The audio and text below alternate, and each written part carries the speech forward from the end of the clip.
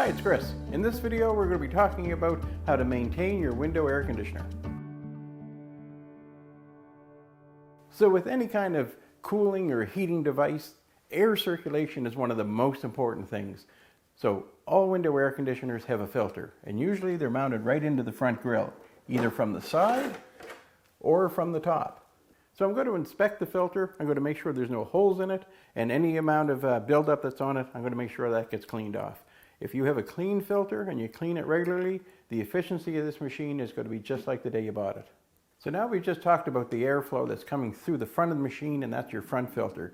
The next thing we want to look at is how the air is getting out of the machine, and that's through the coil in the back. So you see all these fins that are all pressed over? All those fins are now blocking airflow, so you're starting to negatively impact the performance of this machine. So if you've inspected the coils on the back of your window air conditioner and you found that there's a bunch that are all folded over, it's easy to repair them. All you need is a fin comb. And these are not expensive. You can get them at your local tool supply store or online.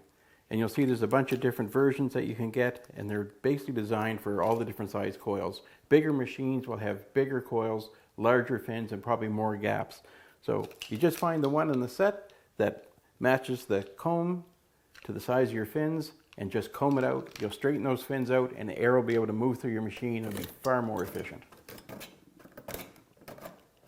So the next thing you're going to want to do is check these expanders. As you know, these expanders are basically coming out in order to seal the opening depending on the size of your window.